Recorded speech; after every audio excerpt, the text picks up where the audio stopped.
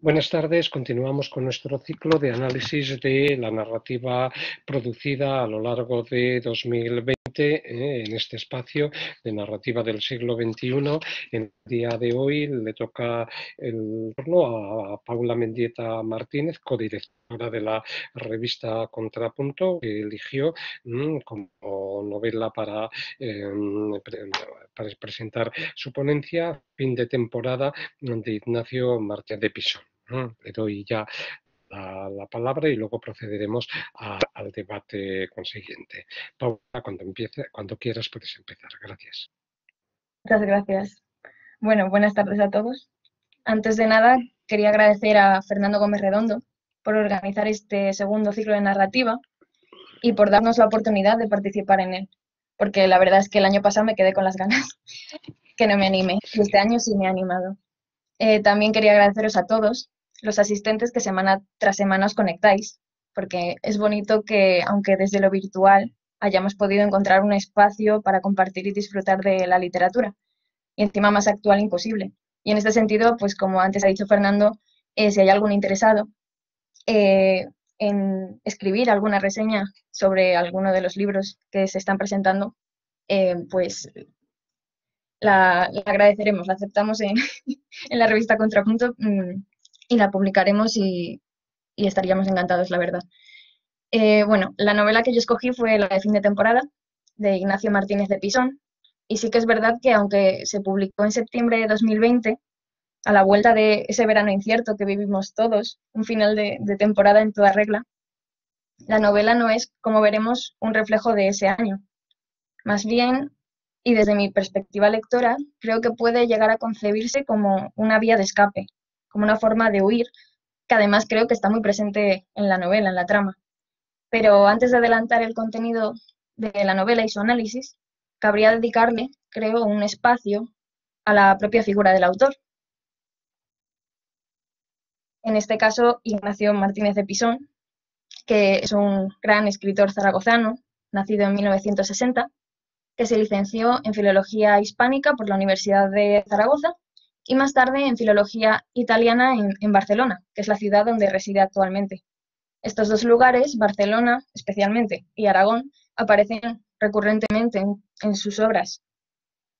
Además, publicó su primera novela con tan solo 24 años, en 1984, que se tituló La ternura del dragón, por la que ganó el premio Casino de Mieres. De ahí en adelante se dedicó completamente a la literatura, casi en su totalidad al género de la novela, pero también ha publicado libros de cuentos, como podemos ver ahí, Foto de familia, novelas cortas como El fin de los buenos tiempos, y algunos incluso que se acercan a la no ficción o más a lo histórico, como en Enterrar a los muertos. Así llega a reunir más de 20 publicaciones literarias que por el tiempo eh, no podemos dedicar a resumir cada una de ellas y hablar extensamente, que convendría, porque realmente este autor tiene como un sello propio, que luego hablaremos de él, pero sí que cabría resaltar la novela desde mi perspectiva y desde mi experiencia, porque sí que es verdad que yo le descubrí hace un año y medio, entonces no he podido leer toda su obra, pero sí que es verdad que en la del día de mañana me sorprendió mucho y me gustó bastante. Además, ganó el premio de la crítica en 2011 y luego el premio Ciudad de Barcelona, entre otros premios. Y luego fue adaptada a una serie de Movistar en 2018 que fue protagonizada por Oriol Pla, Aura Garrido y otros tantos actores que, la verdad, estuvieron brillantes. Esta novela se sitúa en el franquismo tardío y destaca por una polifonía de narradores que giran en torno a la figura del protagonista, que es Justo Gil, una revista que se acaba viendo envuelto en tramas políticas. Y la verdad es que la recomiendo bastante. Otras novelas recientes son las de La buena reputación, de 2014, y Derecho natural, en 2017. Pero insisto en la enorme producción de este autor, que además se ha dedicado a publicar artículos en periódicos como El País y La Vanguardia y en suplementos literarios. Destaca también su trabajo en el mundo del cine como guionista. En este caso adaptó su libro, del que hemos estado hablando antes de esta sesión, Carreteras secundarias, en 1997, junto al director Emilio Martínez Lázaro, por la que fueron nominados al Goya en la categoría de Mejor Guión Adaptado.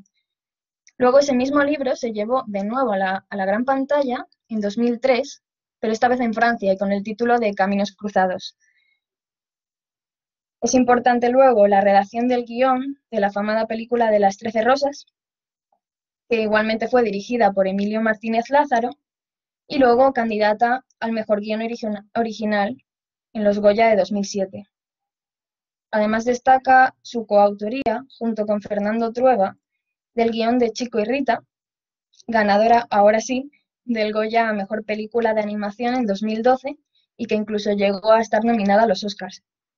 Esta experiencia en el mundo del cine afecta, en mi opinión, a su manera de entender la literatura. Teniendo en mente ese cine de estilo realista, de corte realista, siempre trata en su literatura como de visualizar y representar las escenas como si se proyectasen sobre una pantalla, y eso lo revela como uno de los grandes autores de la literatura realista en la actualidad. En una entrevista, que espero que se vea bien, si no, el zoom, en una entrevista de 2003, en El País, en Babelia, afirmó: reivindico el placer de contar historias. Luchar contra el aburrimiento es la primera misión de la narrativa y me siento afín a esta tradición. Después de tantos años, he descubierto que soy un escritor realista y me encanta. El novelista no tiene que ser especialmente brillante, tiene que tener el don de la narración y comprender a los personajes. Así se va a presentar como un demiurgo de historias, un demiurgo invisible que no se sitúa por encima de las novelas. Como él dice, no me parece bien que el escritor sea más listo que la novela. La inteligente debe ser ella. El escritor no puede introducirse en la novela. Las reflexiones que aparecen no son mías, son de los personajes. Es así un autor dado a sus personajes. La ficción nace de él, pero luego le da rienda suelta. Explica en otra entrevista, ya en 2013, que vemos que hay como una evolución, pero va a seguir un poco con ese mismo discurso. Lo siento si el párrafo es un poco grande, pero a mí me pareció muy relevante. Decía: cuando tienes unos personajes y los pones en funcionamiento, ves para dónde van y cómo se van a combinar y cómo van a reaccionar entre sí. Percibes si ahí debajo existe esa posibilidad de estructurar esos conflictos de forma que te permitan dar vida a una historia. Pero esa estructura es como los andamios de una casa en construcción. Están a la vista cuando se hace la obra. Cuando termina, desaparecen, y no debe quedar la menor huella de que han estado allí. Cuando uno trabaja con estructuras, tiene que intentar que no se vean nunca, que resulten invisibles para el lector. En el momento en que el lector empieza a percibir la mano del escritor que mueve los hilos como un demiurgo, la historia se cae, deja de estar viva y empieza a ser un producto de la imaginación de un escritor, y no lo que debe ser, una suplantación de la vida. Esto me parece muy importante, una suplantación de la vida, algo que tiene que hacernos creer que es autónoma con respecto al escritor, que nadie la ha creado, del mismo modo que nadie ha creado la vida, que está ahí desde antes de nuestro nacimiento. Relacionamos esta visión del autor con el concepto de ficcionalidad y con la construcción de esa figura del autor, momento en que el saber autorial se diluye en lo que será el relato del narrador. Pero esta concepción de la literatura no ha sido regular a lo largo de toda su vida como escritor. Hay una carrera, hay que tener en cuenta que su carrera evolutiva es de 36 años, lleva 36 años siendo novelista. Entonces, él mismo dice: el escritor que ahora soy es un escritor que el Pisón de hace 30 años detestaría. Si algo me desagradaba entonces, era el realismo, las novelas que dialogan con la tradición más clásica del siglo XIX, y casualmente he terminado siendo esa clase de escritor, lo que antes no quería ser. Nos preguntamos entonces en qué momento ocurrió ese cambio, cuándo se dio por este realismo. Y en la misma entrevista, él mismo dice: con Carreteras secundarias, empiezo a situar las historias en un contexto histórico determinado. Hasta entonces en mis libros, los personajes parecían vivir ajenos a la historia con mayúsculas. Es el paso que doy para convertirme en un escritor realista. Por primera vez, el entorno y la sociedad son importantes para mis historias. Además, luego este realismo que él emplea eh, tiene mucho que ver con que Pisón realmente presta mucha atención a basarse en historias reales. No solo la historia como forma de documentación, sino el absorber historias reales que le van llegando, y esto tiene mucho que ver con luego la novela que vamos a analizar. Pero también se ve en otras obras como Filet, el estafador que engañó a Franco, donde el autor se vuelve más que un novelista, un rastreador de sucesos, un historiador. Y luego también en Enterrar a los muertos, que trata sobre el asesinato del traductor José Robles Pazos y la investigación que llevó a cabo el novelista estadounidense John Dos Passos, que precisamente era al que solía traducir. Y todo esto nos lleva a entrar de lleno en la novela Fin de temporada. Para ello tenemos que empezar, como es lógico, por el prólogo, pero esta vez de forma más significativa, porque este prólogo puede ser considerado como, creo yo, como uno de los ejes de la novela, aparte de otro muy importante, porque más bien podría decirse que la novela entera es toda una consecuencia de lo que sucede en este mismo prólogo, también porque no es un prólogo corto, podría decirse que es un capítulo, solo que es un prólogo, es bastante extenso. Y en este momento, al principio de la novela, nos situamos en Plasencia, en 1977, aunque esto todavía no lo sabemos, eso ya lo descubrimos según va avanzando la novela. Aparece un narrador omnisciente que comienza contando el encuentro entre dos jóvenes, que son Rosa y Juan. Y los sitúa diciendo, habían quedado en la antigua harinera, en la parte de atrás, junto a la vía muerta. Rosa cruzó el descampado de la calle de la estación y se asomó con cautela. Juan agitó la mano fuera de la ventanilla y Rosa lo esperó bajo el arco de ladrillo. El chico salió del vehículo, la besó en la cara y le cogió la bolsa. En este prólogo, el conflicto se va exponiendo sin decirlo de forma clara, lo va mostrando de forma sutil. Sabemos que son dos jóvenes que se van a escapar, van a hacer un viaje, digamos, un fin de semana a Portugal, pero poco más. Según vas avanzando, los propios personajes te van arrojando luz sobre el conflicto y dicen, ¿estás nerviosa? Un poco. El lunes estaremos de vuelta y todo habrá terminado. Y aquí nos preguntamos, ¿qué es todo? ¿Qué habrá terminado?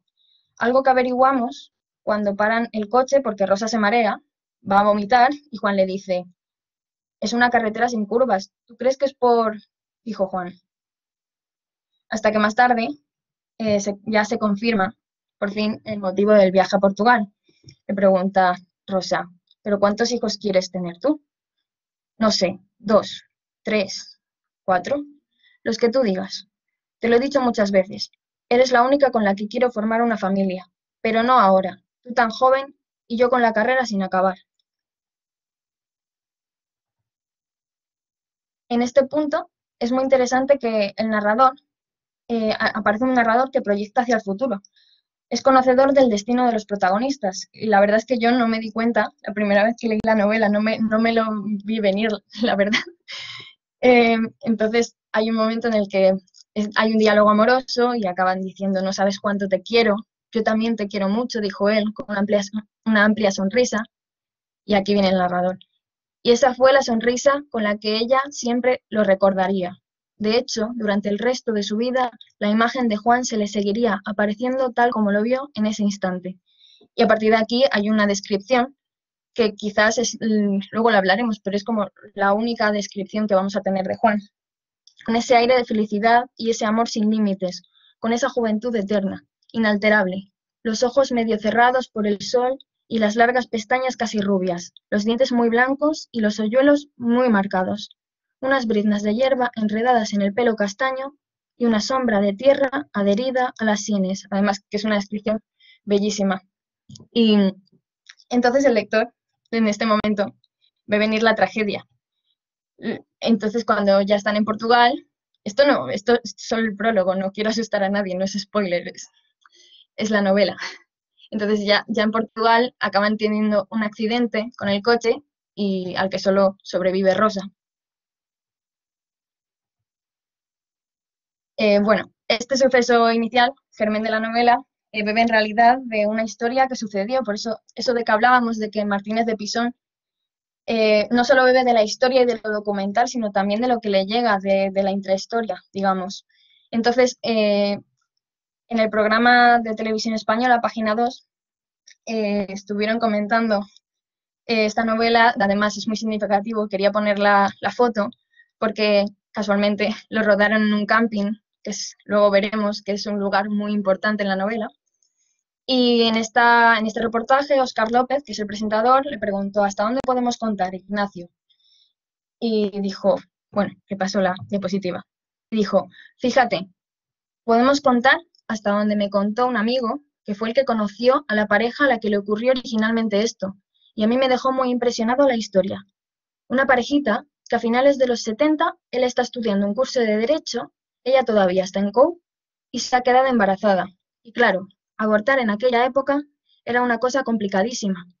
Alguien les había dado una dirección en Portugal y en el viaje sufrieron un accidente. Y de repente cambia todo, porque él muere. El chico muere y entonces ella decide que ya no quiere abortar, que ahora quiere tener el hijo. Aquí se ve entonces la importancia de esos sucesos reales y cómo él los arrastra, se los apropia y los lleva a su propia ficción. Sí, sí. Y bueno, esto es tan solo el prólogo, pero como digo, es la consecuencia de toda la novela. En cuanto se deja atrás y comienza el cuerpo de la novela, el primer capítulo, esta nos lleva, hay un cambio, y nos lleva a la Costa Dorada en los años 90, en Tarragona. Rosa y el hijo que decidió tener, que acaba decidiendo tener, regentan un camping, por eso lo del camping, junto con su socia, una mujer llamada Mabel, que va a tener gran importancia. Luego hablaremos de los personajes porque la trama en sí gira en torno a ellos, a su situación y a cómo el pasado parece perseguirlos. Rosa e Iván, que es como se llama el hijo, se han pasado desde su nacimiento, trasladándose de un lugar a otro de la península, como cuenta el narrador en la página 32. Refiriéndose a Iván, dice, él estaba acostumbrado a cambiar de ciudad cada poco tiempo y a incorporarse a las clases, a mitad de curso y a volverse a marchar justo cuando empezaba a hacer amigos. Vemos que es como una vida nómada, pero entonces como lo interesante de la trama, como lo interesante de la trama es en gran medida pues esa relación entre la madre y el hijo, este va a ser como el eje que vertebra toda la novela. No conviene realmente desvelar, no quería desvelar los sucesos de forma detallada, porque realmente es lo interesante, es por lo que hay que leer la novela. Pero sí que debemos señalar el conflicto principal, porque la problemática que pone en juego Martínez de Pisón es justamente el desconocimiento del hijo, Iván. Él no es consciente del pasado que arrastran, porque nadie se lo ha contado. Sí que conoce la pérdida del padre, pero no las causas ni los motivos del viaje, no conoce lo que iban a hacer, no conoce la historia del aborto. Esto, además, se relaciona con las vivencias del autor, que indudablemente afectan a su obra, como hemos visto en otras de las ponencias pasadas, porque Martínez de Pisón es consciente de que la pérdida de su padre, de su propio padre, cuando él era pequeño, se refleja en muchas de sus novelas, de modo que podemos hablar no solo de esta obra, sino de toda la totalidad de la obra de Martínez de Pisón como autor. En el mismo programa de Página 2, en televisión española, trataron estos temas. De nuevo, el presentador dijo, hay temas que son ya muy tuyos, muy del sello Pisón, eso que hablábamos. Sí. El tema de la relación con el padre, la figura del padre ausente, el tema del desarraigo, también está presente en otros libros tuyos. Entiendo que de alguna manera tienen que formar parte también de tu propia autobiografía, a lo que Martínez de Pisón respondió, sí, mis libros se parecen bastante entre ellos. Ya desde el primero que publiqué hace nada menos que 36 años, ya empieza a haber ahí relaciones, conflictos paternofiliales, y a lo largo de estos 36 años, el tema de las familias ha sido constante, y también el del desarraigo, el de formar parte de un territorio, pertenecer o no pertenecer. Todos estos temas, los que hayáis leído la novela, veréis que suenan mucho y que están presentes a lo largo de toda la novela. Luego retoman en la misma entrevista y dicen, el tema también del padre ausente, aquí lo autobiográfico, que tú perdiste al tuyo cuando eras muy niño. Supongo que también es inevitable que un escritor lo aborde de alguna manera en su ficción. Sí, bueno, es que hay cosas que forman parte de tu biografía y que forman parte de tu inconsciente. Entonces, en bastantes de mis libros hay personajes que han perdido al padre o a la madre. En este caso es una pérdida especialmente traumática, dadas las circunstancias en que se produce, pero es una pérdida al mismo tiempo que está aplazada, porque el chico no tiene sensación de pérdida hasta muchos años después. Y es una pérdida, en cierto modo, impostada, porque de repente descubre lo que ha perdido, cuando durante 20 años no ha sido consciente de esa pérdida. Esto significa que uno de los puntos álgidos de la trama es el descubrimiento de Iván. Poco a poco irá desentrañando ese pasado que en parte le ha sido negado, lo que hará que tenga una crisis de identidad, donde reconoce la vida vivida y la vida imaginada, la que pudiera haber tenido, pero no ha podido. Porque ¿qué hubiera pasado si no hubiesen decidido abortar? Si no hubiese ocurrido el accidente, si no se hubieran marchado a Plasencia. Todas las posibles situaciones. Entonces, bueno, ya vimos antes el tema del narrador en el prólogo, siendo heterodigético y absolutamente omnisciente, como en las clásicas novelas decimonónicas de aquí, el estilo de Pisón. Pero no podemos hablar de narratarios propiamente. Este sería, si acaso, el lector como narratario implícito, aunque sí que hay un momento en que Iván escribe correos a su novia, que será Celine, que luego hablaremos de ella, de modo que ella sería la narrataria explícita en ese momento, claro. Pero se diferencia de otras novelas, como puede ser, yo pienso, en El día de mañana, donde esa polifonía de narradores que dije al principio se dirige a una figura en concreto que no se desvela hasta el final. Entonces, en ese caso, la figura del narratario es mucho más potente, digamos. Sí.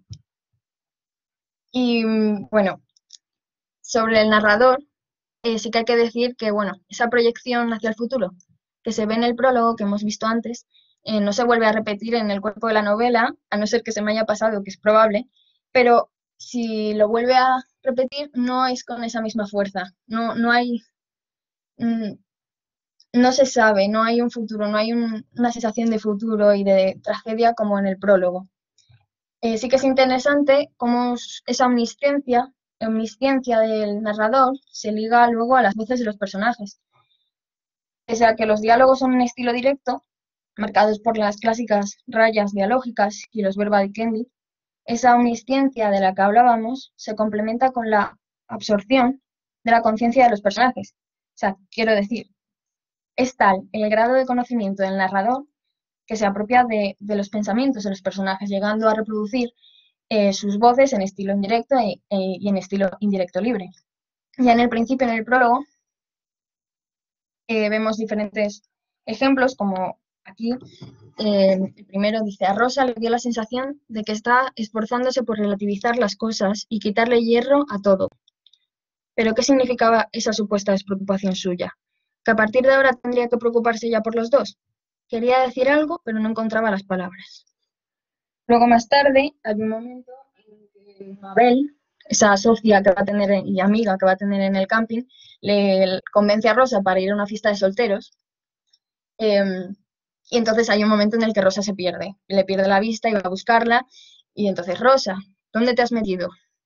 A través de la cristalera vio a algunos de la fiesta correr en dirección a la piscina.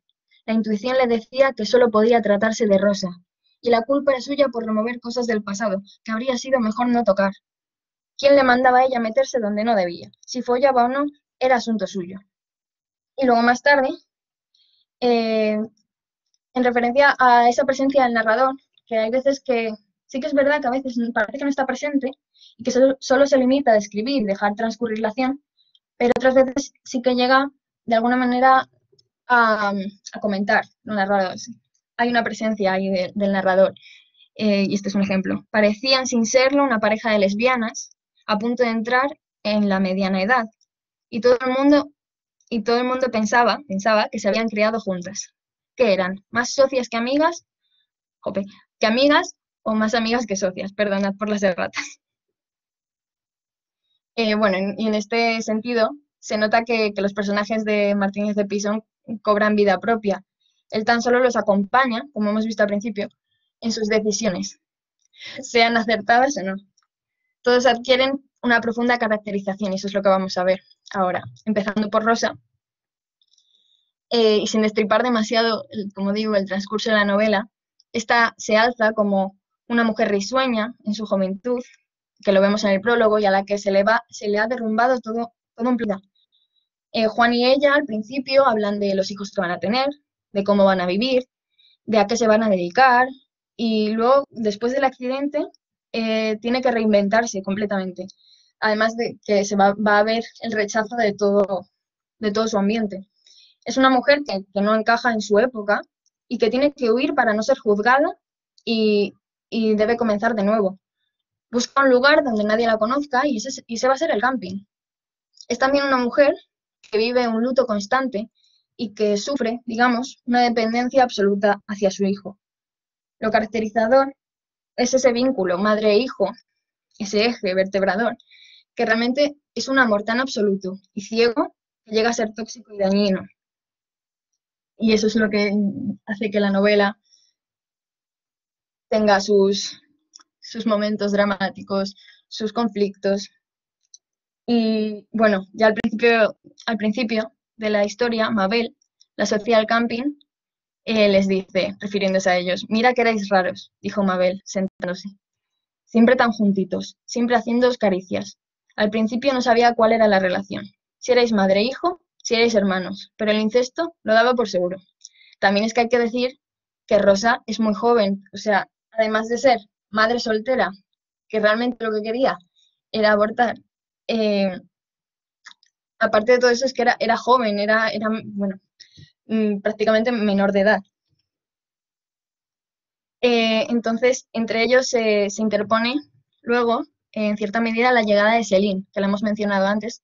Es una chica francesa que llegará a ser la novia de Iván.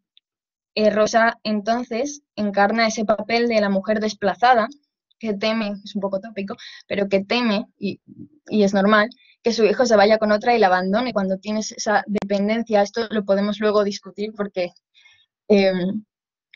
hay un desarrollo psicológico impresionante en la novela, bueno, en esta y en otras de Pisón. Y bueno, en torno a este dolor que genera esa toxicidad entre ellos, gira toda la novela. Hay una necesidad de desarraigo de los propios sentimientos y de las relaciones, y ese desarraigo supone una liberación que puede ser o no posible. Para eso, como digo, habrá que leerse la novela completa, porque los que la hayáis leído sabréis de los acontecimientos que ocurren, hacia el final sobre todo, que son consecuencia de esa dependencia insana que llega a afectar a toda la forma de actuar de Rosa y a su forma de entender el mundo. Por el contrario, tenemos a Iván, que aunque está acostumbrado a cambiar de un lugar a otro, sí que acaba buscando cierta independencia. Cuando cumple los 18, vemos que si antes dormía con su madre en el mismo bungalow, ahora se cambia y para vivir solo y tener pues eso, un poco de madurez, independencia. Y además empieza a tomar sus propias decisiones, como dejar el instituto, buscarse un trabajo en una de las centrales nucleares cercanas al camping, que también luego hablaremos de ellas. Entonces hay como un deseo implícito de liberación y de evolucionar, que contrasta con el deseo de quietud, de estabilidad de la madre, porque ya lo que quiere es estabilizarse en el camping. En cambio, al hijo le empiezan a surgir ciertas inquietudes de la vida. Entonces, además, él descubre, se empieza a dar cuenta de que él es la sustitución de su padre. Además, su propio nombre, como os habréis dado cuenta, es el mismo, Juan e Iván, un mismo nombre que ha bifurcado en dos, pero que originalmente era tan solo uno, en castellano antiguo, Joan. Entonces llega incluso a él decirse a sí mismo, llega a decirse: siempre creí que había nacido para llenar el vacío de mi padre. Estas son oraciones bastante avanzadas en la trama, pero no desvelan nada. Y luego más adelante llega a decir: pesaba sobre mí un maleficio. Ese maleficio decía que yo jamás podría vivir en un mundo en el que viviera mi padre, y viceversa, que en el planeta había sitio para uno u otro, pero en ningún caso para los dos a la vez. Es la gran tragedia. Y de ahí viene también el tema del azar, creo yo. La vida como un azar inevitable. Esta es una idea que marca la relación entre los personajes y su concepción del mundo. Bueno, entonces tenemos recogido este fragmento al principio y dice, en realidad todo se debía al azar, o mejor dicho, a una cadena de azares. Si en septiembre de 1994 no hubiera aparecido Mabel a tiempo para salvar el camping porque estaban a punto de dejarlo, ellos dos ya no estarían allí. Y si en febrero de 1991 Rosa no hubiera trabajado en un hotel, nunca habría llegado a tener noticia de la existencia del propio camping, cuyo traspaso se anunciaba en un boletín de hostelería. Y si en octubre de 1989 no se hubiera incendiado una de las centrales nucleares, el coste del traspaso no habría sido tan barato, y Rosa ni siquiera se habría planteado la posibilidad de afrontarlo. Y sí, la cadena de azares podía alargarse hasta el infinito, y resultaba más sencillo pensar que la bolita de la ruleta se había parado allí, en ese rincón de la provincia de Tarragona, como podía haberse parado en cualquier otro sitio, y punto. Otro personaje indispensable, después de esta idea, otro personaje indispensable es Mabel, que quizás es mi favorito, porque ella también arrastra una vida traumática, marcada por una carrera de atleta, también un poco tópica, pero porque sufre abuso sexual por parte de su entrenador, que es una historia que ya hemos escuchado y que no deja realmente de ser impactante y traumática. Además, luego sufre un matrimonio insoportable, en definitiva, otra vida de huidas. Lo importante de Mabel es justamente ese contraste que tiene con Rosa. Ambas quieren dejar el pasado atrás, comenzar de nuevo y encontrar un lugar donde arraigar, pero Rosa no puede escapar del pasado, no puede dejarlo. Este estancamiento se ve, por ejemplo, al principio en la música que escuchan Rosa e Iván. Y Mabel les dice, pero ¿sabéis qué es lo que me pareció no extraño, sino extrañísimo? Lo más extraño de todo, que solo escucharais música de los 70, canciones de las que ya nadie se acordaba. En ti, Rosa, todavía lo podía entender, pero en él, un chico de 16 años, ahí también se ve el deseo de Rosa de no evolucionar, de buscar un lugar apacible y bueno, lo podemos discutir. Y más tarde, bueno, Mabel llega al camping y ve en él como toda una oportunidad. Incluso si en algún momento peligra el proyecto del camping, se sobrepone a la situación y trata de mantenerse a flote en todo momento.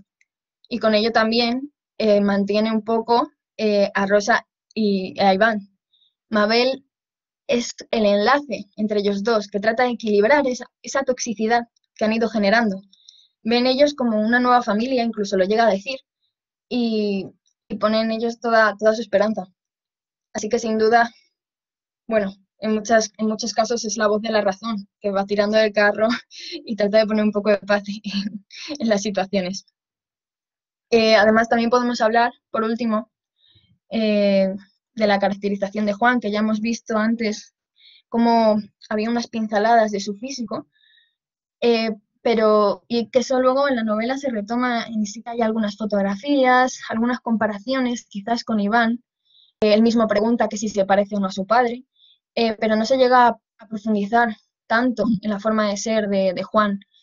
Se le conoce a partir de las voces de los personajes, lo cual me recuerda claramente a la novela del día de mañana, que es lo mismo, personajes hablan sobre uno que no llegamos a conocer, pero todos realmente notan esa ausencia, y esa ausencia llega hasta el lector, que también es capaz de sentir esa pérdida. Es como un personaje un poco fantasma. Y a partir de aquí, bueno, en cuanto al tiempo de la novela, luego podemos hablar más de los personajes, porque eso es más de debatir. Sí, yo creo que sí. Y luego, bueno, en cuanto al tiempo de la novela, es importante destacar que Martínez de Pisón ha asumido, yo creo, un cambio en su narrativa con fin de temporada. Sigue firme a su tendencia, no sé si os habéis fijado al principio, pero hay como una tendencia a publicar novela de ficción cada 3 años. Y además, siempre es interesante el contraste entre la época del autor, en este caso 2020, y la época a la que se retrotrae. Es en ese tiempo de la novela donde se aprecia el cambio, porque es la primera vez que llega hasta casi los 2000. Pisón siempre se había mantenido en la línea temporal desde la Segunda República, digamos, hasta el periodo de la transición, pero esta vez se ve forzado a alcanzar los años 90 por varias razones. En primer lugar, el germen de la novela, que como hemos visto, es una historia real, que por tanto sucedió en 1900, si sucedió a finales de los 70, pues a lo mejor 1977, eh, pues lo ha decidido dejar ahí, que bien podría haberlo cambiado, pero luego él en una entrevista para El País, que está en YouTube, de septiembre de 2020, sí que defendió que no podría haber ambientado esta novela en otros años precisamente basándose en el papel de la mujer y en su libertad. Porque él mismo decía, no he puesto la cita porque se me ha olvidado, pero la leo.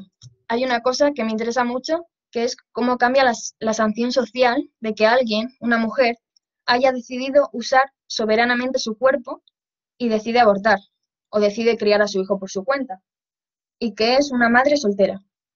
Ese estigma doble que le cae a una mujer como Rosa a finales de los 70 por su condición. Eso ya no ocurriría 20 años después. Y por tanto, él vio clarísimo que tenía que situar su novela en los años 90, que antes no hubiera podido ser posible. Y además sí que he leído que le sirvió de mucha ayuda algunas cosas como la llegada del teléfono móvil, porque Iván, de nuevo con esa idea de independencia que él quiere, se compra un teléfono móvil y es como el símbolo de la independencia y de la modernidad, que si lo hubiera situado en la transición pues no hubiera sido posible. Luego, dentro de la historia, salvo por el prólogo que hemos visto, que es en 1977, entonces el resto del cuerpo, que son 8 partes, 8 capítulos, y un epílogo final, se sitúan en los años 90. A partir de ahí todo tiene una evolución lineal, sí que hay alguna elipsis y breves analepsis, sobre todo cuando los personajes traen a sus conversaciones recuerdos del pasado. Pero este avance del tiempo es muy sutil y no se marca con fechas numéricas, salvo en casos como el del párrafo en que hablaba del azar, que estaba todo el rato, si no hubiese pasado esto en 1900 tal, en 1900 cual, ahí sí que sí, pero el resto de la novela son las palabras de los personajes y la caracterización del ambiente quienes determinan la temporalidad. Aquí he querido señalar ciertos ejemplos. Al principio, sabemos que la novela empieza casualmente en un fin de temporada, porque dicen todos los años, cuando concluía la temporada. Luego hay otro ejemplo, que es en un momento cuando Mabel se dispone a cultivar un huerto desde cero en el camping, por ciertas razones, quizás esto también como un símbolo de ese arraigo deseado a la tierra, pues sabemos que es otoño en ese momento porque dice, no todas las especies podían plantarse en otoño, entonces se baraja qué tipo de cultivo tener. Y lo más sutil y complicado quizás es un momento en que Iván marcha a Toulouse, que es donde vive Céline, y tan solo podemos averiguar la temporalidad si somos curiosos y buscamos el siguiente dato, que es dentro de un local de música, dicen, había una fotografía marcada de Michel Petrucciani, el pianista, muerto 2 semanas antes, y ahí, si tú buscas, dices, ah, bueno, vale, estamos en enero de 1999, pero si no, pues no te sitúas realmente.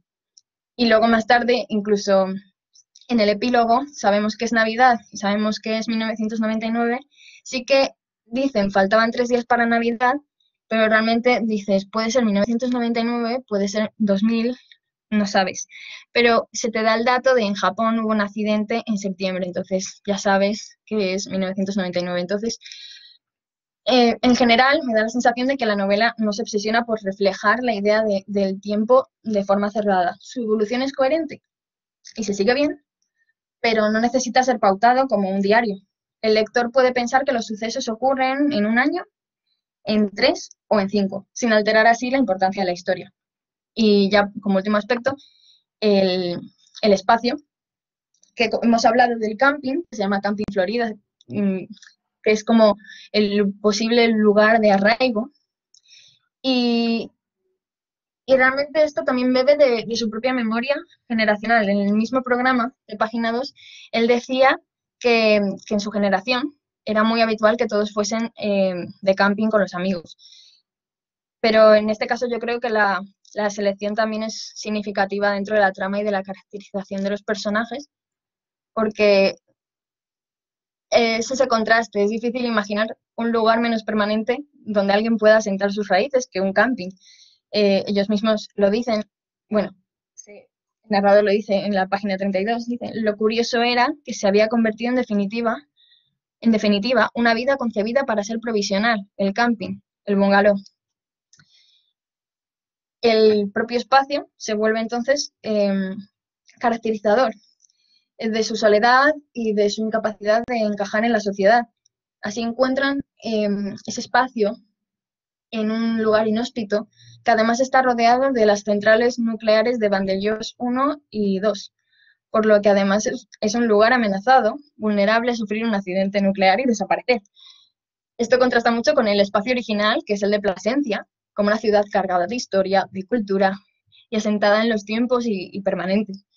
No solo aparece en el prólogo, sino que en el cuerpo de la novela se sucede una especie de recorrido espacial por las diferentes ciudades, aquí el típico relato de viajes, por las diferentes ciudades en las que habían vivido, desde Plasencia hasta el camping, pasando por Bilbao, que es un momento muy especial, y bueno, ya sea a partir del recuerdo, por Rosa, o a partir de Iván, que sí que eso, cuando descubre ese pasado posible, esa vida que no fue, recorre de nuevo los lugares, en busca de huellas del pasado, como una forma de gestionar su identidad.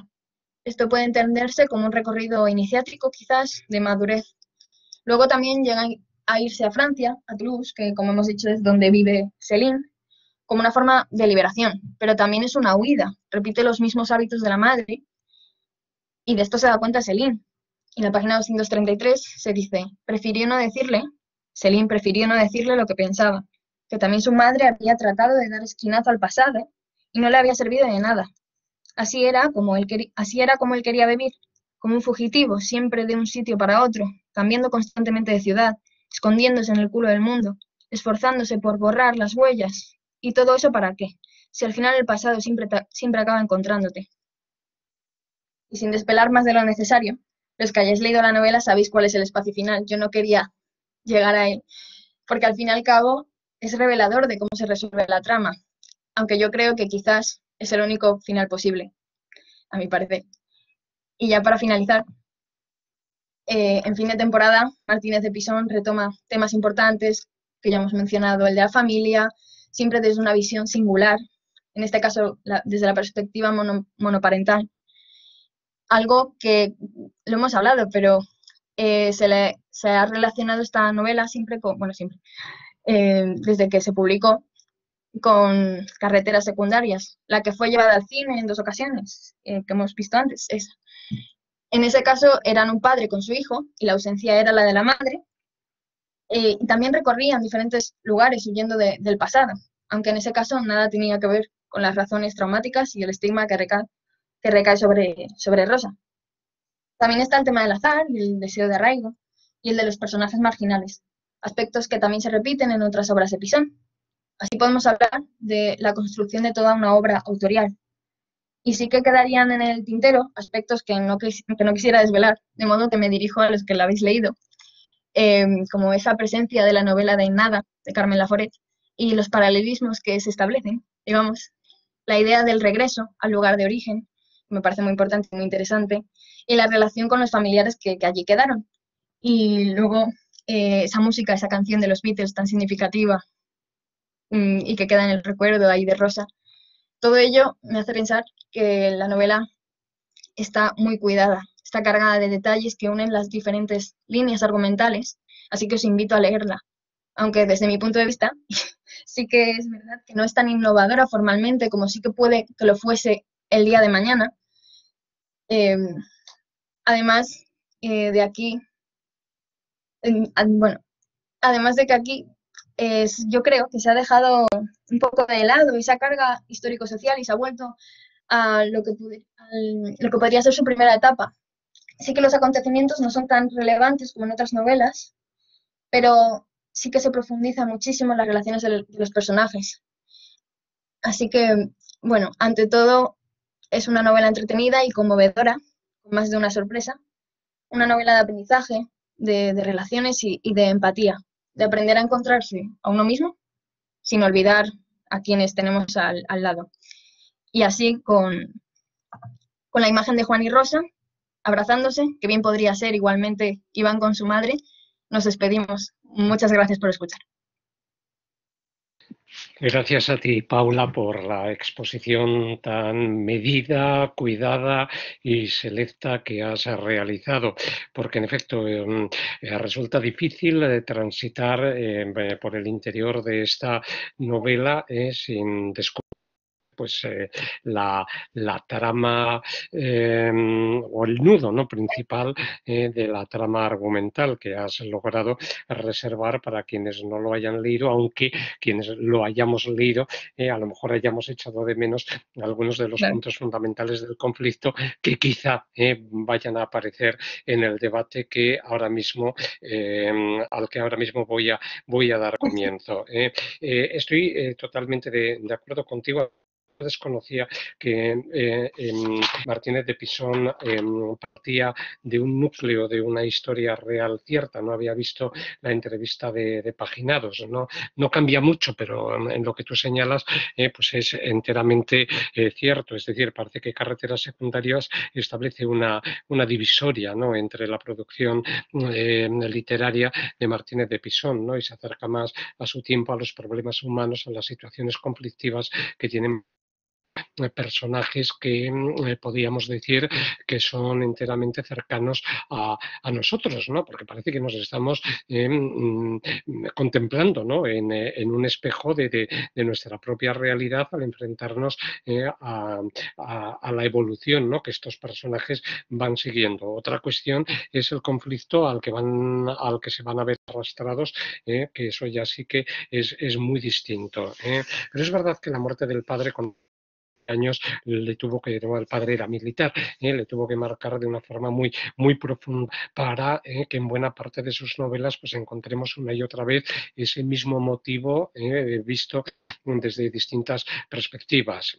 Carreteras Secundarias y esta obra tienen muchos puntos en común, aunque en Carreteras Secundarias el padre no haya muerto, ¿no?, ni muchísimo menos, pero evidentemente aquí tampoco es que haya muerto el padre, porque sigue viva la memoria Juan, y está muy bien traído a colación el mantenimiento del nombre en el hijo, ¿no?, otorgado precisamente para que pueda llegar a cubrir esa carencia en la joven que decide no abortar en el momento en que su novio, eso tú lo has dicho, ha perdido la vida, ¿no?, y quiere que esa vida perdida pues perdure a través de ese hijo que se va a empeñar, ¿no?, en tener. Ahí apareció una figura, ¿no?, querido mencionar, pero bueno, tampoco es que sea muy importante en este sentido, Yolanda, ¿no?, la mejor amiga de Rosa, que es quien le va a ayudar, ¿no?, en ese momento de crisis existencial de su adolescencia, de madre soltera, etcétera, hasta que decide romper con todo. Está muy bien, ¿no?, también el planteamiento que haces del espacio, ¿no?, porque un camping, por supuesto, le supone vivir fuera de un entorno urbano. Lo ha mencionado Paula, las raíces, ¿no?, de Juan y de Rosa estaban ancladas en Extremadura, en Mérida, ¿no?, y será un lugar, bueno, pues al que se acuda, ¿no? Esto tampoco desvela mucho, pero es un entorno muy asfixiante, muy oprimente, ¿no? Cuando llegan allí los personajes, pues indudablemente se ven metidos en un pozo, ¿no?, que parece que no ha cambiado absolutamente nada desde los años 70, ¿no? Ahí sí que hay una referencia a la bueno, infancia, a cuando se conocen, ¿no?, a cuando estaba en el instituto, en el colegio, Rosa, etcétera, con datos que eran de esa época.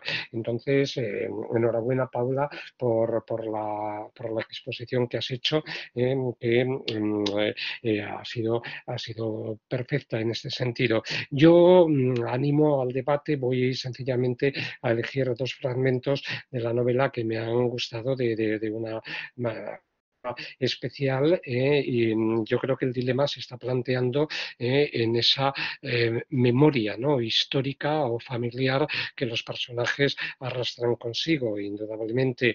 Es decir, Iván, claro, descubre en un momento determinado que él tiene un pasado que es cierto, ¿no?, y va a buscarlo. No voy a desvelar más en este sentido, ¿no?, y se va a ver ayudado, pues claro, por toda la rama familiar de su padre, que de repente, bueno, pues aparecerá como consecuencia de una herencia, esto también se puede decir, ¿no?, y tiene que ir a hacerse cargo de una serie de situaciones que su madre le quería totalmente ocultar, ¿no?, para que no supiera absolutamente nada, ¿no? Por eso el hecho de vivir en un camping es vivir, diríamos, como la semana pasada estuvimos planteando, en un no lugar, ¿no?, en un sitio que no tiene ningún tipo de implicaciones, y en donde parece bueno, pues el tiempo casi ni existe en este sentido. Entonces hay una conversación muy importante que mantiene Iván con Céline, con su novia, cuando está en Toulouse. Para mí es la mejor parte de la novela, porque en ese momento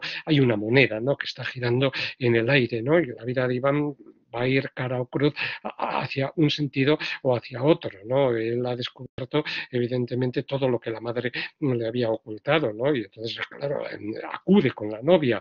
Entonces aquí ya sí que se llegan a plantear una serie de conflictos psicológicos muy importantes que estaban esbozados precisamente en ese comentario de Mabel, ¿no?, que como clave que se ofrecía al principio resulta extraordinario, porque si uno lo recuerda va efectivamente viendo, ¿no?, cómo van evolucionando los personajes. Pero es justamente en una conversación que mantiene con Sil, y le dice, esa es la cuestión, no eres el mismo si sabes unas cosas que si no las sabes. Saber nos hace diferentes, nos convierte en otras personas. ¿Cómo me gustaría a mí no saber algunas cosas que ahora sé y seguir siendo el mismo? Porque arrastra ya, ¿no?, todo ese pasado que ha descubierto, ¿no?, y que le ha hecho muchísimo daño, y que, bueno, pues le lleva a emprender una huida que él quería que fuera sin retorno. Entonces ahí queda, como veis, este es un tema que aborda Javier Marías siempre en sus novelas, ¿no? El hecho de la relación que se establece entre contar y saber, y el modo en que ese saber puede convertirse en una carga insoportable, ¿no?, para quien lleva consigo, ¿no?, a sus espaldas, pues toda una serie de datos o de referencias, ya sean familiares o históricas, que hubiera querido no conocer, ¿no? Entonces yo creo que esto también nos tendría que animar indudablemente, pues, a acercaros a la obra.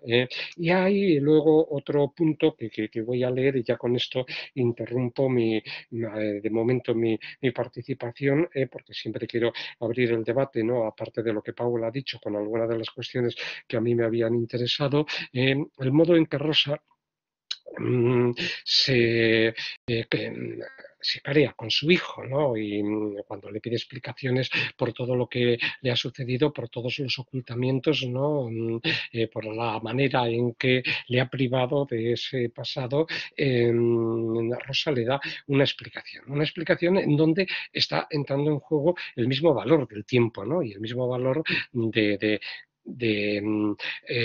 la influencia, ¿no?, del tiempo sobre las personas. Le dice, pensarás que estaba intentando modificar el pasado. Nada de eso. Lo que estaba intentando cambiar era el futuro. Tenía que construirme un futuro que tuviera otro origen, que procediera de otro punto. Y eso es lo que le lleva a toda la serie de datos que ha puesto en juego Paula, ¿verdad?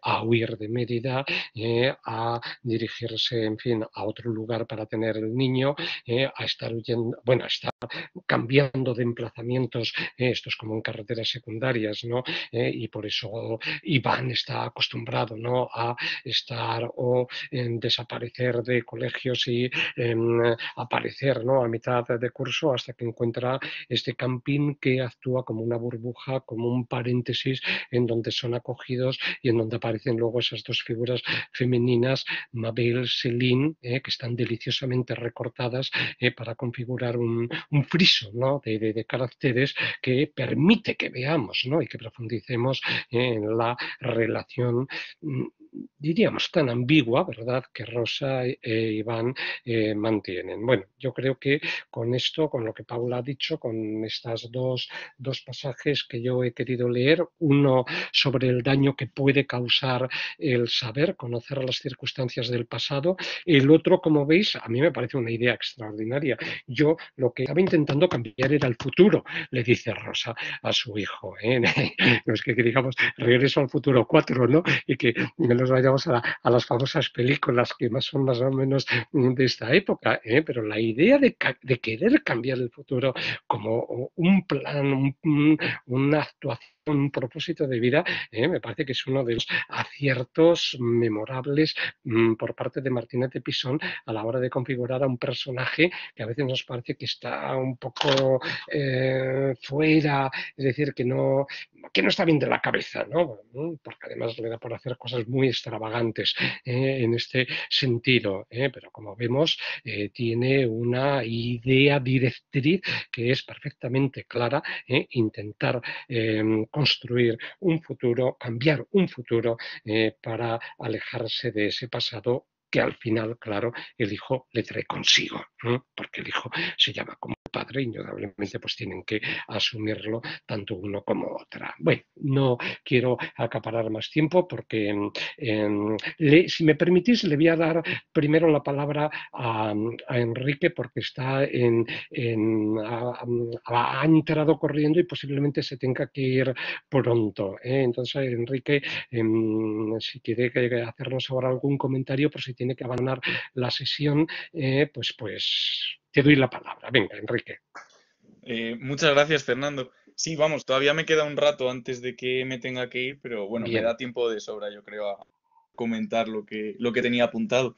Yo, antes de nada, quisiera darle la enhorabuena a Paula porque, no, porque como decía Fernando, es una novela que yo creo que es muy difícil de abordar en este tipo de ciclo porque claro, al no poder desvelar el final, a ver de qué hablas, ¿no? Es lo que le decía yo a Paula esta mañana. Yo le decía suerte porque a mí, vamos, me toca hablar de esta novela y no sabría muy bien qué hacer.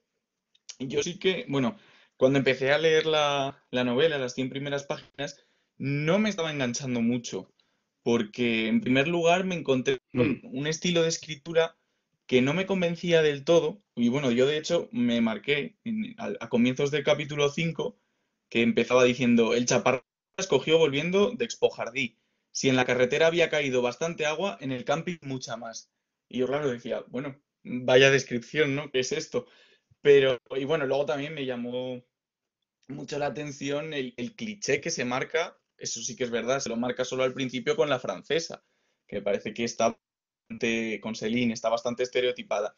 Pero luego a medida que fui avanzando en la lectura, pues de la página 100 a 200, me fue enganchando bastante y al final ha sido una novela que me ha enganchado mucho y que ha logrado meterme en la historia. Y yo creo que dejando a un lado el estilo, que yo creo que, bueno, a mí personalmente no me convence mucho, creo que ¿no? la gran maestría que tiene Martínez de Pisón es creando las historias, porque al final dejas de prestar atención a estos detalles que yo comentaba ahora y te acaba enganchando la novela que casi la tienes que leer, pues eso, ¿no? De 100 páginas en 100 páginas porque no te puedes despegar.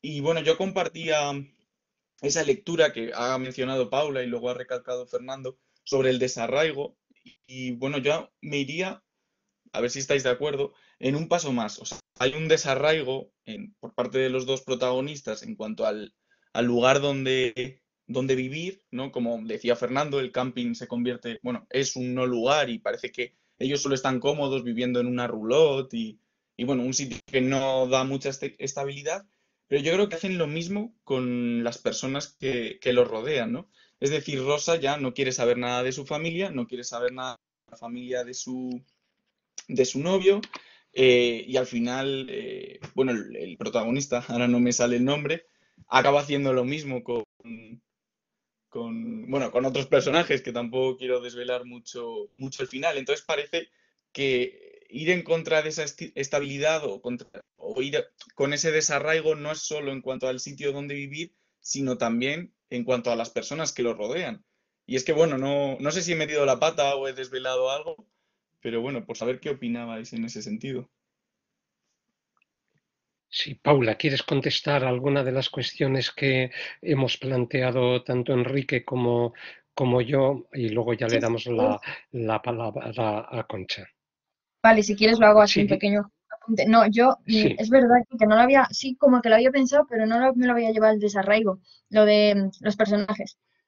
Porque es verdad que no huyen de los lugares sin más, sino de sus personajes y esas relaciones, incluso cuando realmente son muy amigos o amigas, con Mabel, por ejemplo, o Celine, incluso. Y esto lo hilo con lo que has dicho tú, Fernando, de el saber, porque a mí eso me ha hecho pensar en el no saber, porque sí que hay momentos en que el no saber también es sí. doloroso, hay una contradicción humana ahí. Por ejemplo, cuando Celine no sabe nada de qué ha pasado con Iván, eh, Mm, realmente ya lo pasa fatal. Luego, todo el cambio que sufre Rosa, psicológicamente y en general su personaje, lo sufre porque ella no sabe qué está pasando con Iván, creo yo. efectivamente. Sí, sí, sí. Sí, no, la Entonces, ahí hay novela se construye una de las dos cosas, sí. sobre esa dicotomía, Mm, saber y no saber, y desde el propio comienzo, es decir, Rosa lo sabe todo, Iván lo ignora todo. claro. Entonces, indudablemente, ese ocultamiento es el que moverá a Iván a emprender un viaje casualmente porque cae en sus manos un sobre de una carta y descubrir, ¿no?, cuáles son esas raíces que le estaban ocultando. Pero sí, saber no saber sería una dicotomía extraordinaria para este desarrollo. Le damos la palabra ahora a Concha, que quería hacernos algún comentario. Concha, cuando quieras. Sí, yo quería decir algo al hilo de lo que habéis comentado ahora, en cuanto al hecho de que tanto, bueno, em, Rosa y Juan, para mí al final se van pareciendo eh, cada vez más en algunos sentidos. Por ejemplo, en el aspecto de la huida, ¿no? Me sorprende mucho cómo Rosa y Ángela, que han sido tan buenas amigas, y Ángela, que fue la persona que mejor se portó con Paula cuando era joven. Paula, no quisiera saber nada. ¿Es Paula o Rosa? Ahora mismo estoy liada. Rosa, Rosa. Paula es la ponente. De momento no está en ninguna novela, pero seguramente acabará metida en una novela. Por eso me habré liado, perdón. Bueno, Rosa, Ángela lo pasa muy mal porque Rosa desaparece sin más. Y como habéis comentado antes, Celine también lo pasa fatal porque no sabe nada de Iván. Y bueno, este no querer saber de la gente, ¿no? O defenderse de la Sí. gente me choca mucho. Solamente voy a leer unas palabras que dice Mabel, que creo que describen muy bien la relación que hay entre Rosa e Iván. Cuando dice, sois como esos árboles que no dejan que crezca nada a su alrededor. ¿Y los demás qué? ¿Y yo qué? Estáis tan encerrados en vosotros mismos que no sois capaces de ver a los que estamos al lado, a mí, a Celine. Y bueno, era eso lo que quería comentar. Me hubiera gustado hablar también de más cosas. Los que Sí. habéis leído la novela, sobre todo, sabéis lo que pasa con, bueno, con Paula al final, ¿no? Que no hemos hablado y me hubiera, Paula, no, perdón, Rosa, y me hubiera gustado hablar de eso, ¿no? Claro, eso lo reservamos por si acaso alguien no lo ha leído y que tire, ¿no?, del lector Mm, para que se encuentre, ¿no?, con la Sí, sorpresa, ¿no? Porque a fin de cuentas todo lo que vamos señalando son líneas de intriga que van quedando pendientes y hasta ese punto podemos llegar. Efectivamente, gracias, Concha. Yo pienso que has incidido, ¿no?, en los mismos aspectos que estábamos comentando. Paula Real, no, la Paula personaje, ¿tiene algo que decir? No, yo iba a decir que sí, ese fragmento que has leído, Concha, a mí me encantó y es uno de los que hacen que le tengan tanto cariño a Mm. Mabel, la verdad. Eh, porque es como que la tragedia que ellos viven, Rosa e Iván, es tan grande que eso, se encierran en su propia tragedia y el mundo a su alrededor es la tragedia y todo, por eso digo, el prólogo es la consecuencia de todo y de ellos mismos y está en todo momento presente. Y luego, sobre eso que no podemos hablar, bueno, yo creo que realmente sobre eso bueno, yo voy a hablar de lo que le pasa a Rosa cuando Iván no está, lo que hace Rosa cuando Iván no está. Yo creo que es coherente con el personaje y con cómo evoluciona su psicología, digamos. Y al final es lo mismo, es una búsqueda de Juan, llamémoslo así, una búsqueda de Juan y de Iván. No sé si me estáis pillando, intentando no desvelar, pero hablando de Efectivamente. Sí, sí, sí, sí, sí.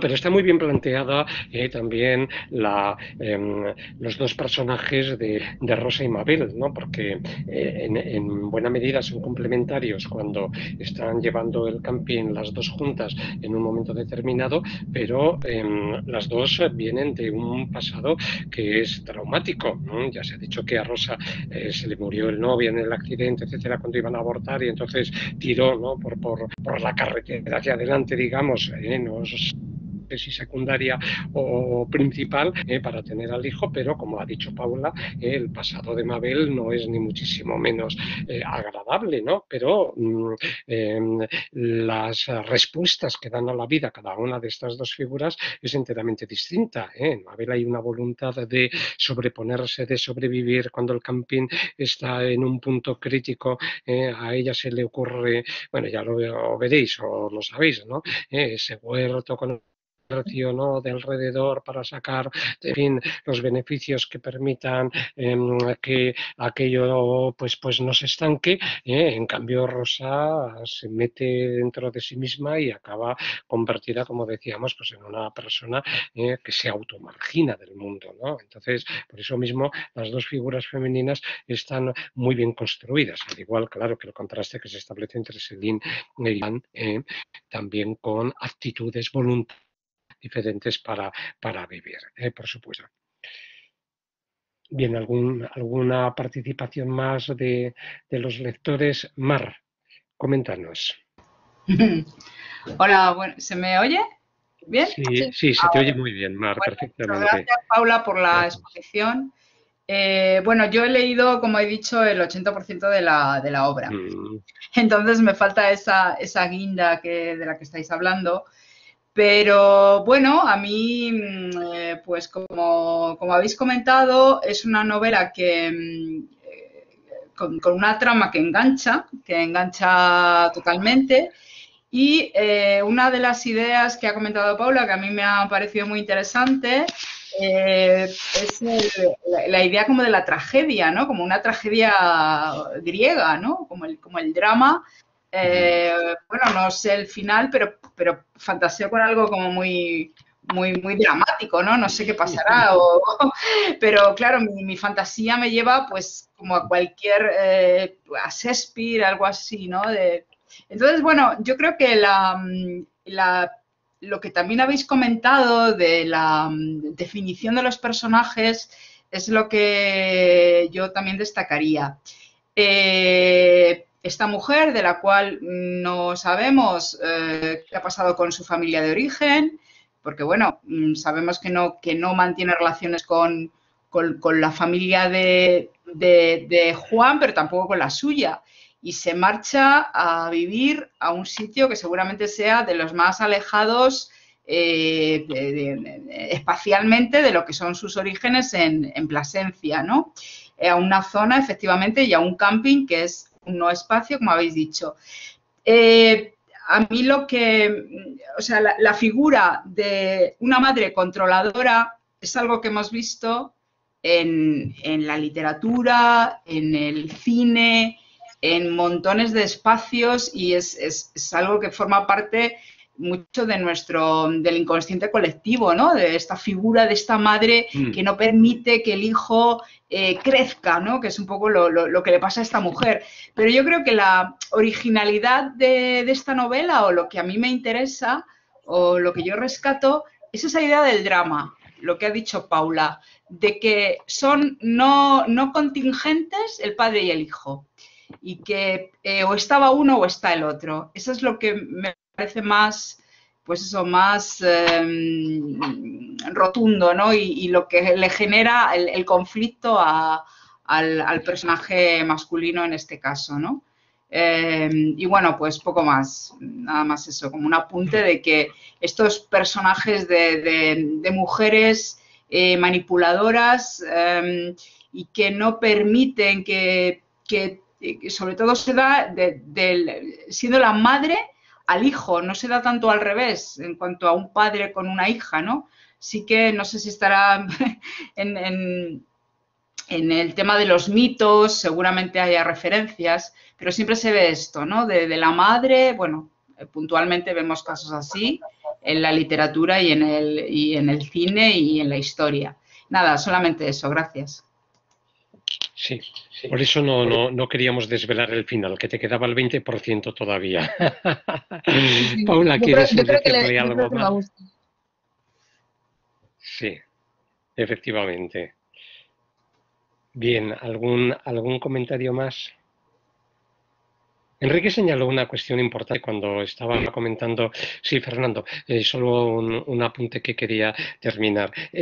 Cuando estaba comentando el arranque del capítulo 5, y yo lo comparto, tuve también esa sensación, ¿no? De decir, pero bueno, este hombre cómo divaga tanto, ¿no? Qué de digresiones parece que está metiendo, es como si quisiera cargar de páginas la novela, porque esto podría sobrar perfectamente, pero yo creo que una vez ya que la maquinaria narrativa te absorbe, te das cuenta que ese tipo de descripciones o de comentarios pues son necesarios, ¿no? Para darnos cuenta de ese mundo en el que están viviendo y que está al margen pues de todas las grandes preocupaciones, entre comillas, por las que las personas normales suelen actuar. Entonces, efectivamente, por eso la separación entre los espacios urbanos y este espacio rural en donde la gente parece que se mueve con una indolencia, que es a lo que iba, mayor, ¿no? Que es la situación en la que se encuentran. Fernando, haznos los comentarios que consideres. Hola, buenas tardes. Buenas Primero, tardes. gracias, Paula, por la exposición, que me ha gustado mucho. Y además me ha parecido que estaba muy bien organizada y ha sido muy interesante. Yo solo comentar dos cosas relacionadas además con lo que ahora estaba diciendo Fernando y con lo que decía justo antes Mar. A mí una de las cosas que más me gusta de Martínez de Pisón es precisamente cómo crea los espacios, ¿no? Me parece que él se reivindicaba como autor realista y parte de ese realismo bebe de una observación magnífica de los detalles. Yo creo que es un autor muy costumbrista en el mejor sentido de la palabra, ¿no? Y la diferencia quizás en los espacios entre otras novelas que ha recreado magníficamente, yo recuerdo Barcelona, Zaragoza, Madrid y Tánger, ¿no? En otras novelas anteriores, es que aquí se va a este espacio que es el camping, que es el espacio que está en una buena parte de la novela, que tiene la particularidad, yo creo, que cuando antes hablaba del tiempo y veíais ese fragmento en el que Rosa dice que quiere crear un futuro, en realidad lo que parece que quiere es sacarlo del tiempo a su hijo y que no crezca, ¿no? Y de ahí también el título de la novela, de fin de temporada, ¿no? Porque en el camping la característica es que el tiempo es cíclico, entonces parece que no avanza, que empieza la temporada, vienen los turistas y después se van, pasa el invierno y así no se avanza, ¿no? Que en parte lo que yo creo que quiere la madre en esa relación un poco obsesiva que tiene con su hijo. Pero insistir en lo bien que crea los espacios. También en este caso el espacio del camping, pero también los espacios de los urbanos o de las pequeñas ciudades o pueblos que salen en la novela, igual que en otras, ¿no? Y me parece que en ese sentido Martínez de Pisón es uno de los mejores escritores realistas, pero también de esa estirpe costumbrista, ¿no? Es decir, de cómo lo que nos rodea crea también la identidad de los personajes. Y también en su tiempo histórico, que a veces, no sé, que ha vivido muchas épocas porque crea igual de bien unos espacios de los años 60, 70 u 80, o en este caso de finales de los 90, ¿no? Y la otra cosa que quería decir es que a mí me encanta, también hablaba de una tragedia menor, que yo creo que es digamos, el denominador común de las relaciones familiares que salen en casi todas las novelas de Martínez de Pisón, porque casi todas las novelas de Martínez de Pisón son relaciones familiares en las que el amor y las relaciones generacionales, además, cuando familiares es entre padres, madres, hijos, hijas.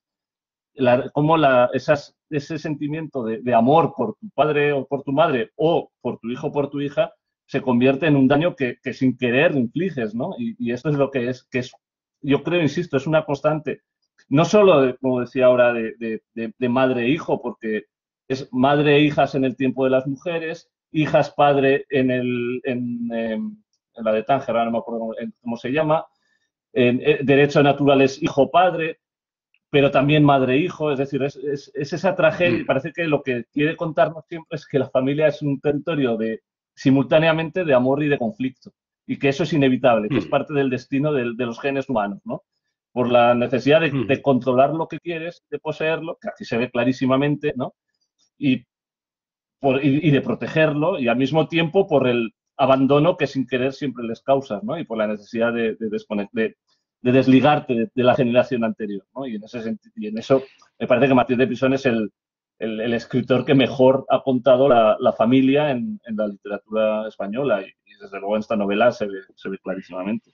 Bueno, y tenía bastantes más cosas, pero eso era básicamente lo que quería decir. Efectivamente, Fernando, pues, y además siempre con la construcción de la identidad de un adolescente, sea chico en juego, ¿no? Que es quizá lo que tú estabas indicando. Yo al menos estoy totalmente de acuerdo contigo, ¿no? Y para mí, por ejemplo, en esta novela lo que me sorprendió y me acabó ya de atrapar, ¿no? En la lectura es justamente el hecho del contraste de ese espacio vacío, ¿no? De fin de temporada del camping con los otros espacios que aparecen, fundamentalmente Mérida y sobre todo Toulouse, porque tienes toda la razón. Martínez de Pisón es un maestro a la hora de permitirnos transitar por las calles, las plazas, los lugares de cada una de esas ciudades que va nombrando, ¿no? En este caso, el periodo, ¿no? Que pasa Iván en Toulouse intentando adaptarse, ¿no? Aprendiendo la lengua, aprendiendo a sobrevivir, cantando, paseando con Selim, viajando con ella, conociendo los lugares que están alrededor. Me parece que es uno de los capítulos mejor logrados de la novela. ¿Por qué? Porque ahí hay un futuro, indudablemente. Es decir, ahí hay otra carretera, un camino que le puede llevar a una vida distinta, ¿no? Y eso es la situación crítica en la que, como decía antes, el destino de Iván, que es el adolescente o la persona con la que otras figuras más o menos están jugando, se está poniendo de manifiesto. No se sabe cuál es el rumbo que va a tomar, ¿no? Pero bueno, eso ya no, es que iba a decir algo, pero evidentemente estoy adelantando cosas. Plasencia, estoy yo diciendo, vale, sí, perdón. tendría mal la nota. Gracias, Mar. Muy bien, Paula, ¿querías comentar a lo que Fernando ha dicho para no perder las ideas? Plasencia, lo tengo aquí anotado, sí. Darle las gracias a Fernando, gracias. Y luego lo de los espacios, yo también, es que me fascina. A mí me parece muy difícil.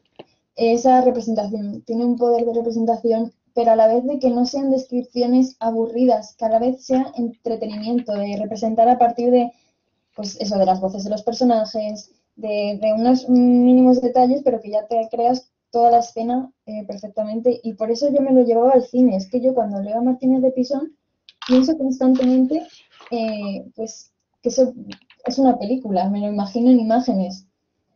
Y el tiempo cíclico no había caído en eso. Nunca es gratuito. No había caído en eso y es verdad. Y también con el cultivo, el huerto, todo, hay como una idea de tiempo cíclico, pero que realmente Rosa pues quiere la estabilidad, lo que hablábamos, que la quietud, el permanecer.